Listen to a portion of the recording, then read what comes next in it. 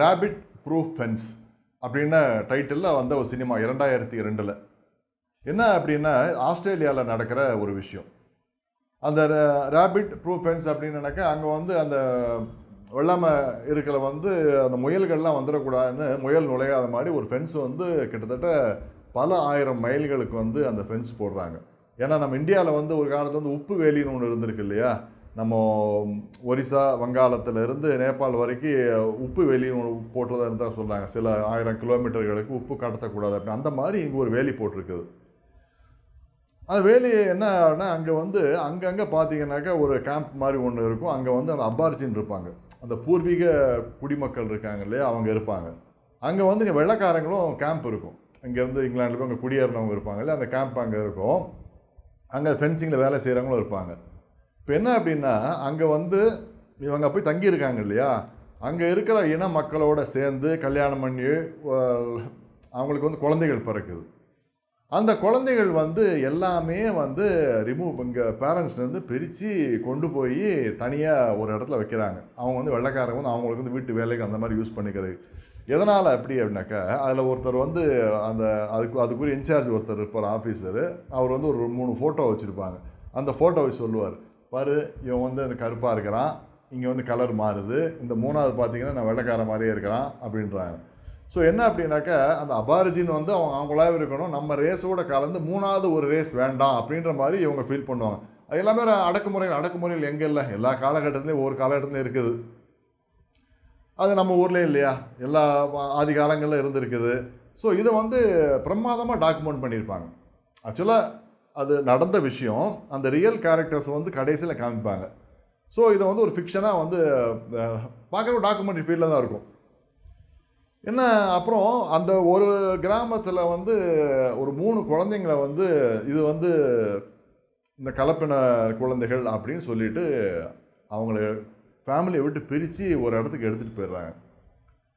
எடுத்துகிட்டு போனால் அங்கே வந்து போன உடனே பார்த்தீங்கன்னா இவங்களுக்கு வந்து அங்கே இருக்கிற அந்த கிறிஸ்தவ சிஸ்டர்ஸ்லாம் இருக்காங்க. அவங்க வந்து இவங்களை குளிப்பாட்டி விடுறது, புது ட்ரெஸ்ஸு கொடுக்கறது, அந்த மாதிரி வச்சு நல்லா சாப்பாடு கொடுக்குன்னு சொல்லி கொடுக்கறது, உங்களை டிசிப்ளின் பண்ணுறோம் அப்படின்னு சொல்லி சொல்கிறாங்க.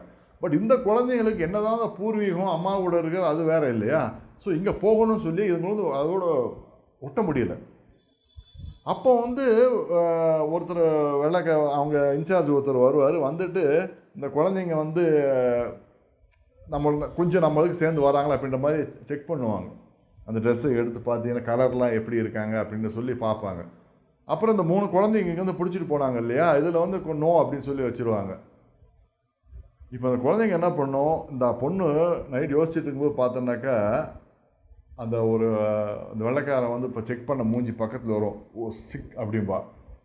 அப்புறம் வந்து அந்த கிறிஸ்டியன் சர்ச் அந்த நன் இருக்காங்க, சிஸ்டர் இருக்காங்கல்ல, அவங்க மூஞ்சி காமிப்பாங்க, இவளுக்கு பிடிக்காது. ஸோ இந்த மாதிரி அங்கே இருக்கிற ஆளுங்க யாருமே பிடிக்காது. ஸோ யாராவது தப்பிச்சு ஓடணும் அப்படின்னாக்கா அதுக்கு ட்ராக்கர் ஒருத்தர் இருப்பார். அது பார்த்தீங்கன்னா அந்த அபார்ஜின் ஆள் தான்.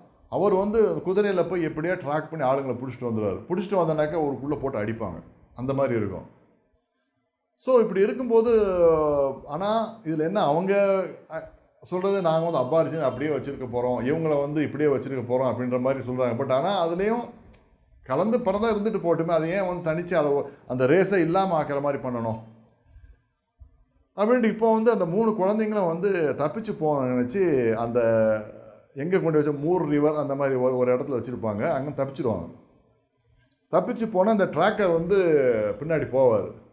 ஆனால் அந்த குழந்தைங்க வந்து ரொம்ப ப்ரில்லியண்ட்டாக வந்து தப்பிச்சு போயிட்டே இருக்கும். ஆனால் அவங்களுக்கு பாருங்கள், கடவுள் புண்ணியத்தில் ஒவ்வொரு இடத்துலையும் வந்து அவங்களுக்கு சின்ன சின்ன ஒரு ஆறுதல் கிடச்சிட்டே இருக்கும். ஒரு இடத்து தப்பிச்சு போயிட்டே இருப்பாங்க, இவங்க வருவாங்க. அந்த குழந்தைங்க வந்து அவங்க ரூட்டை மாற்றுறதுக்காண்டி சில விஷயங்கள்லாம் பிளான் பண்ணுங்க. ஆனால் அந்த ட்ராக்கரும் சொல்லுவான், சரி அந்த குழந்தைங்க புத்திசாலி குழந்தைங்க அப்படின்னு சொல்லி நினச்சிப்பான். இப்போ ஒரு இடத்த வரும்போது ஏன்னா எங்கே வந்திருக்காங்கனாக்கா அதை சொல்ல மறந்துட்டேன். அவங்க வீட்டில் இருந்து அவங்கள எங்கே கொண்டு வச்சாங்களோ அது வந்து கிட்டத்தட்ட 1500 மைல் 1500 மைல் தூரத்தில் இருந்து அவங்க வந்து நடந்து வராங்க. ஸோ அங்கேருந்து நடந்து வந்துட்டு இருக்கும்போது பார்த்தா ஒரு இடத்துல வந்து ஒரு வீடு ஒன்று இருக்குது. அங்கே ஒரு கோழியெல்லாம் இருக்குது, அங்கே போய் முட்டை எடுத்தீங்களான்னு போகிறோம். அங்கே இருக்கிற வீட்டில் ஒரு வெள்ளைக்கார லேடி வந்து ஹெல்ப் பண்ணுறாங்க. ஹெல்ப் பண்ணி நல்ல ஃபுட்டு கொடுக்குறாங்க, ட்ரெஸ்ஸு கொடுக்குறாங்க. திரும்ப அவங்க வந்து நடந்து போகிறாங்க. நடந்து எதை பேஸ் பண்ணி நடந்து போகிறாங்கன்னாக்கா, அந்த ரேபிட் ப்ரூஃப் ஃபென்ஸ்னு சொன்னோம் இல்லையா, அந்த வேலி போட்டது இல்லையா, அந்த வேலியை ஒட்டியே போயிட்டுருக்காங்க.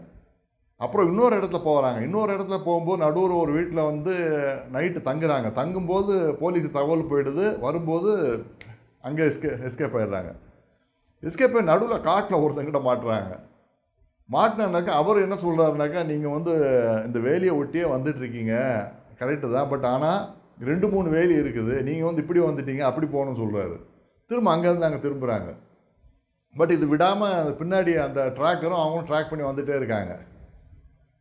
இப்படியே போயிட்டு இருக்கும்போது அந்த 3 குழந்தைங்க போனாங்க இல்லையா, டெசர்ட்டில் வந்து போயிட்டுருப்பாங்க. அப்படியே நமக்கு பார்க்குறதுக்கே ரொம்ப சங்கடமாக இருக்கும். அந்த மாதிரி 3 குழந்தைங்களும் 3 குழந்தைங்க போயிட்டு இருக்கும்போது நடுவில் ஒரு அபார்ஜின் ஒருத்தன் வந்து இவங்ககிட்ட பேசுவான். அவன் என்ன சொல்லுவான், உங்கள் அம்மா அந்த ஊரில் இருக்காங்கல்ல அப்படின்னு சொல்லுவான். பட் ஆனால் இன்னொரு விவரமாக ஒரு இதுக்கு பெரிய பொண்ணு ஒன்று இருப்பாள், பேர் மாலி. அந்த மாதிரி அவன் என்ன சொல்லுவான், அவன் பொய் சொல்கிறான், அவன் பேச்சை கேட்காத, நம்ம போயிடுவோம் அப்படின்னு சொல்லுவாள். இவன் கேட்காம நான் வந்து ட்ரெயினில் போகிறேன்னு சொல்லிவிட்டு ரயில்வே ஸ்டேஷனில் வெயிட் பண்ணுவா. அவங்க போலீஸ் வந்து பிடிச்சிடுவாங்க. பிடிச்சி அவளை தூக்கிட்டு போயிடுவாங்க. இந்த 2 குழந்தைங்களும் என்ன பண்ணும், காட்டு வழியாக திரும்ப நடந்து போயிட்டே இருக்கும். ஆனால் அவங்க ஆஃபீஸர்ஸ் என்ன, அந்த மேலிடத்தில் வெள்ளைக்கார ஆஃபீஸர் என்ன சொல்லுவாங்க, அவங்க எப்படியும் அவங்க ஊருக்கு வருவாங்க, ஊருக்கு வரும்போது நம்ம எப்படி அவங்கள பிடிச்சிடணும் அப்படின்ற மாதிரி சொல்லுவாங்க. சரின்னு சொல்லிவிட்டு இங்கே வந்து இந்த குழந்தைங்க 2 பேரும் அந்த பென்ஸு போட்டிருக்காங்க இல்லையா, அதில் கை வச்சு அப்படியே பார்த்துட்டு இருப்பாங்க. அப்படியே அப்போ அங்கே வந்து அவங்க அம்மா அங்கே அவங்க அப்படியே குழந்தைகளுக்காண்டி வெயிட் பண்ணுற மாதிரி நின்றுட்டுருப்பாங்க. ஒப்பாரி பாட்டு மாதிரி ஒரு பாட்டு ஒன்று பாடிட்டு இருப்பாங்க. இப்படியே இப்போ கடைசியில் வந்து ஒரு கட்டத்தில் வந்து இங்கே வந்துடுவாங்க. வந்த உடனே அந்த வெள்ளைக்காரன் ஒருத்தன் என்ன பண்ணுவான், அந்த துப்பாக்கி எடுத்துகிட்டு இந்த குழந்தைங்க வருவாங்க அப்படின்னு நினச்சி துப்பாக்கி காட்டுக்குள்ளே கூடி வருவான். வரும்போது அம்மா அப்பாவும் கையில் கம்போடு வருவாங்க. தவிச்சு போயிடுவான். போனவுடனே திரும்ப இங்கே இவங்க வந்து அம்மாவை சேர்ந்துருவாங்க. சேர்ந்து குழந்தைகள்லாம் பிறக்கும். திரும்ப அவங்கள வந்து திரும்பவும் அவங்கள பிடிச்சவங்க கொண்டு போயிருப்பாங்க. திரும்ப அங்கேருந்து திரும்ப வந்திருப்பாங்க. இந்த மாதிரி கதை போகும். நீங்கள் படம் பார்த்தீங்கன்னா தெரியும். கடைசியில் வந்து அந்த 2 பேர் தப்பிச்சாங்க இல்லையா, அந்த 3ஆவது அந்த அம்மாவை பார்க்கணும்னு சொல்லி ட்ரெயினில் போன குழந்தை இறந்தது. அங்கே போய் கொஞ்ச நாள் இறந்துடுறாங்க. இதில் வந்து இந்த 2 பேர் தப்பிச்சு வந்தாங்கல்ல, இவங்க வந்து கடைசியில் அவங்க ரியல் விஷுவல்ஸ் காமிப்பாங்க. ஏன்னா 1900 போய் 1971 வந்து அவங்க இருக்கிற வரைக்கும் அந்த விஷுவல்ஸ் காமிப்பாங்க. அப்போ கடைசியில் என்னன்னாக்கா, அவங்க வந்து கவர்மெண்ட்லேயே வந்து ஃபண்ட் இல்லை, ஸோ பட்ஜெட் இல்லை, அதனால் இந்த ப்ராசஸ் அப்படியே விட்டுருவோம் சொல்லி தற்செயலாக நிப்பாட்டி வச்சுடுவாங்க. இதில் சொல்ல முக்கியமான ஒரு விஷயம் என்னென்னாக்கா, நம்ம ஊரில் வந்து அந்த பருந்து, கிருஷ்ண பருந்துன்னு சொல்லுவோம் இல்லையா, அந்த மாதிரி பருந்து கீச் சத்தம் போடும். முதல்ல எடுத்தோன்னே காமிப்பாங்க. அது வந்துச்சுனாக்கா அது ஸ்பிரிச்சுவல் பேர்டு, நம்ம நல்லா சகனம் அப்படின்ற மாதிரி பேசிகிட்டு இருப்பாங்க. அதே மாதிரி பார்த்தோன்னாக்கா இந்த பொண்ணுங்க ஒரு இடத்துல வந்து ஒரு பாலைவனம் மாதிரி, அப்படியே பாலைவனமாக என்னென்னே தெரியாது ஒரு லேண்ட்ஸ்கேப். அந்த லேண்ட்ஸ்கேப்பில் வந்து படுத்து கிடப்பாங்க. படுத்து கிடக்கும்போது அந்த கீச்சு சத்தம் கேட்கும். நம்ம சொல்ல புல்லரிக்கு அந்த மாதிரி அந்த சத்தம் கேட்டவுடனே சரி நமக்கு வந்து இப்போ பாசிட்டிவாக ஒரு ஃபீல் வருது, நம்ம போய் சேர்ந்துடலாம் அப்படின்ற மாதிரி நடந்து வருவாங்க. இதில் ஒரு எக்ஸ்ட்ராடனரி விஷயம் என்னன்னாக்கா, ஆக்ட் பண்ணுறது நல்லா ஆக்ட் பண்ணியிருக்காங்க, நல்லா லேண்ட்ஸ்கேப்பில் நல்லா எடுத்திருக்காங்க, அதெல்லாம் வந்து சூப்பர் இல்லை. ஆனால் மியூசிக், நான் இது வரைக்கும் இப்போ நம்ம நிறைய படங்கள் மியூசிக் கேட்டிருப்போம். என்னியோ மோரிக்கோன் நம்ம படங்கள் ஒரு டைப்பில் மியூசிக் இருக்கும். என்னியோ மோரிக்கோன் அவர் மியூசிக் பார்த்திங்கன்னா நம்ம வாயில் வந்து சொல்லலாம், அதாவது பாட்டு கேட்குற மாதிரி கேட்டுட்டு இருக்கலாம், அந்த மாதிரி ஒரு இருக்கும். அதே மாதிரி இந்த டிராஃபிக்னு ஒரு படம் வந்தது. அந்த படத்தில் வந்து ஒரு மியூசிக், அது வந்து ஒரு கம்ப்ளீட்டாக டிஃப்ரெண்ட்டாக இருக்கும், ஒரு மாதிரி சிங்கிள் டோனில். ஆனால் இந்த படத்தில் மியூசிக் வந்து ஃபுல்லாகவே வந்து ஃபுல்லாக ஒரு ஹெச்எப் அதிகமாக இருக்கிற மாதிரி, பேஸ் அதிகமாக இருக்கிற மாதிரி இருக்கும். நமக்கு வந்து அப்படியே வயிற்ற புரட்டுற மாதிரியே இருக்கும் மியூசிக். அது நார்மலாக நடந்து போயிட்டே இருப்பாங்க, திட்டுன்னு சவுண்டு விழுந்துட்டு ஒரு மாதிரியே அடிவயிறை புரட்டுற மாதிரியே மியூசிக் இருக்கும். நடுவில் வந்து அவங்க அந்த அபாரிஜின் இருக்காங்க இல்லையா, அவங்க வந்து பாடுற பாட்டு அது ஒரு மாதிரியான ஒரு இதில் ஒப்பாரி வைக்கிற மாதிரி தான் இருக்கும் அந்த பாட்டு. அந்த மாதிரி ஒரு பாட்டு வந்துட்டுருக்கும். இந்த மாதிரி மியூசிக் வந்து ரொம்ப ஒரு எக்ஸ்ட்ராடினரியாக இருக்கும் இந்த படத்தில். இந்த படத்தை பார்த்திங்கன்னா நம்ம அந்த விஷயம் எப்படி என்னன்றதை வந்து புரிஞ்சுக்கலாம்.